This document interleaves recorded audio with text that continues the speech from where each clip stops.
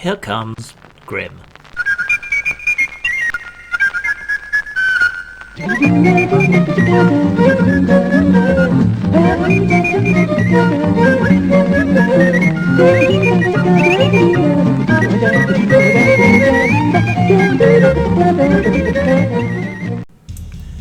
Hello, lovelies. I'm sure you've heard already, but Ozzy Osbourne has died.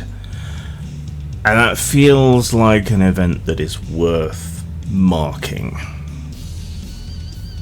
I mean, the guy had no business whatsoever getting to 76 years old, and he is obviously a very important cultural figure and musical figure. And he is also a model, I think, of stubbornness, because he never really lost his Birmingham accent, no matter how much time he spent living in the States. So in many ways, he's both a cautionary and an aspirational figure. It's a bit weird for me to particularly care about the passage of musicians, though I did feel that way about Bowie as well. When it comes to music, I've always liked music, but music itself has never been particularly central to my identity. Music always used to have styles and youth movements associated with it, so that was always more appealing to me, more interesting, whether it be the goth scene, the industrial metal scene, the heavy metal scene itself. You know, it's the overall thing that always interested me more, and I kind of mourn the loss of those youth movements like punk, like metal, like goth, like new wave. Yeah, all of these things, because it was a total package, right? My playlists would probably confuse you, but little baby Grim was very much a metalhead, coming in via Iron Maiden, but rapidly outgrowing their kind of high school edgelordness and cartoon figures, and partaking far more widely of the genre and finding the stuff that did speak to me a bit more. I'll put it this way. My first ever live gig was Slayer in, I think, 1990 in the Portsmouth Guildhall. Talk about being thrown in at the deep end. as a rite of passage, a Slayer gig has got to be right up there with Tribal Cultures taking on some sort of dangerous beast. But yeah, still, obviously, the metal aesthetic and boundary pushing that went on in the genre are clearly quite important to me, and have been important to me for a very long time.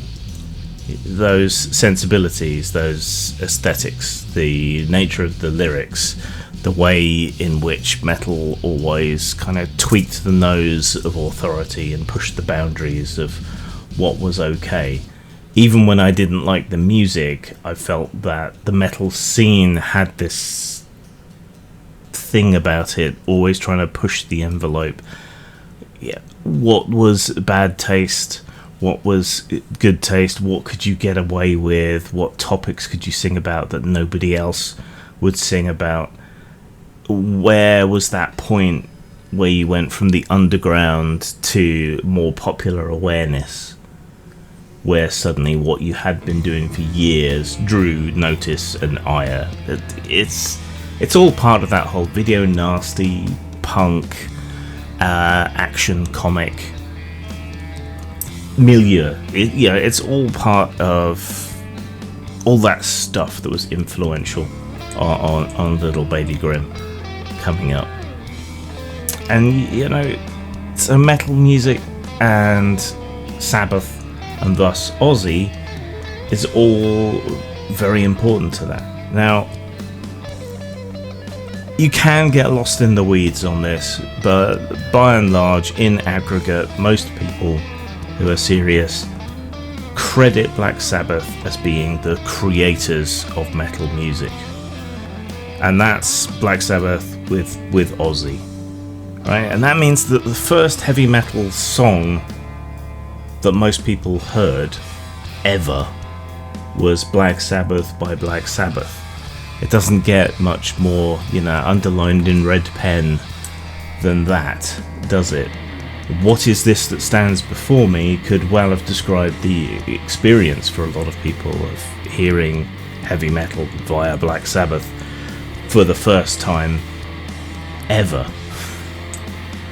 Like I say, you can argue that there are other influences, other moments, other songs even that were the first heavy metal song, but most people seem to agree that it is Black Sabbath that kind of formalised or created, or at least created in the public consciousness, what heavy metal was and is.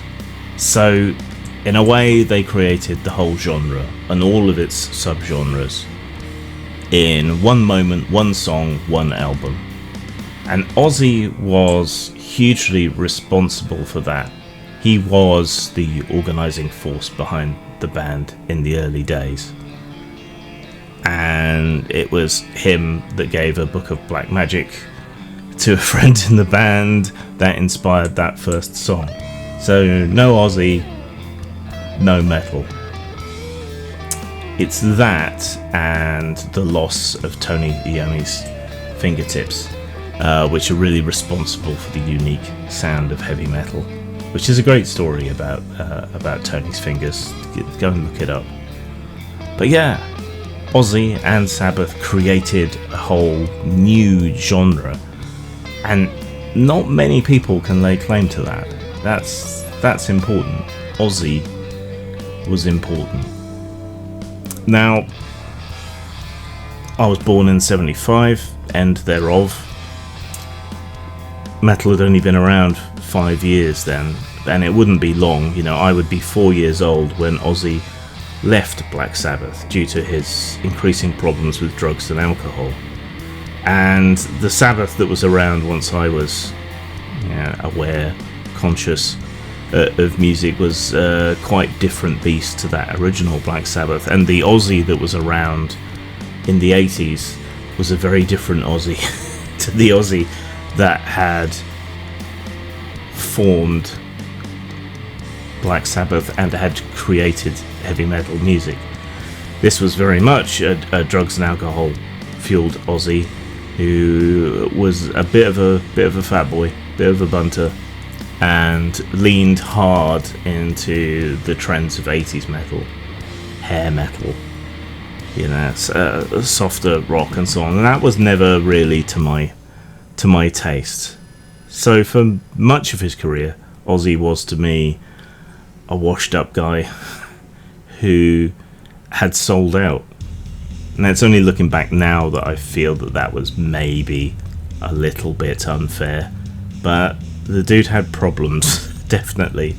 And he was haunted by his addictions and controlled by them to a large extent. What really brought home the influence of Ozzy and the influence of Black Sabbath to me was the release of the Nativity in Black albums, which demonstrated the influence, the breadth and the diversity of music that all owed its existence back to Ozzy and that first incarnation of Black Sabbath. There were lots of bands involved there that I rated, that I did care about, and it was really that album, when was the first one released? 94, I think, that really drove that home to me. Yeah, it included covers of Sabbath songs by bands as diverse as White Zombie, 1,000 Homo DJs. Their version of Supernaut is, in my humble opinion, superior to the original. Sepultura, Faith No More, Typo Negative, Machine Head, Monster Magnet, even Buster fucking Rhymes was on that album, for fuck's sake. Yeah, and so that means Sabbath was this just giant of influence in the music scene, like a black hole more than a Black Sabbath, around which all of this other stuff orbited and continued to spread and diversify, and all the rest of it. So aesthetically, musically, Black Sabbath and Ozzy created the genre that was hugely influential on me in terms of aesthetics. Certainly that sort of 60s 70s witchcraft Satanism sort of thing going on in their aesthetic that was influential to me. They pushed boundaries, they created something new, and while the band and Ozzy may have compromised themselves over the years very much, you couldn't take that accomplishment and importance away from them. And I think the final lesson that Ozzy has given us all, you know, that last hurrah, that last gig, Ozzy went out on his own terms, doing what he loved, being what he loved, which is this totemic figure for heavy metal, surrounded by other bands and people that he had influenced, and basking in the love of the crowd one last time. And we shall all be very lucky if we can go out with even a touch of that amount of class. Zang.